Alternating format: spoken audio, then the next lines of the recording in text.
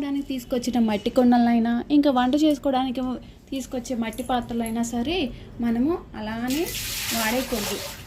మట్టి వాసన వస్తూ ఉంటాయి. వాసన సరే మంచిగానే ఉంటుంది, కానీ తినడానికి తాగడానికి మంచిగా అనిపించదు కదా. అందుకే తీసుకురాగానే వంట పాత్రలైనా సరే మట్టి కుండలైనా శుభ్రంగా ఇలా కడిగేసుకొని నీళ్లతోటి, తర్వాత దీని నిండా నీళ్లు పోసి పక్కన పెట్టేసుకోవాలి ఒక రోజంతా కూడా.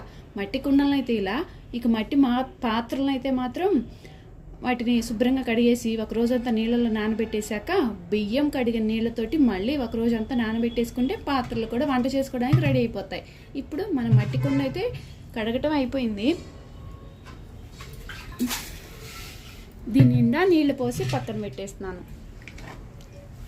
రోజంతా ఇలానే ఉంచేసి తర్వాత వాడుకుంటాం.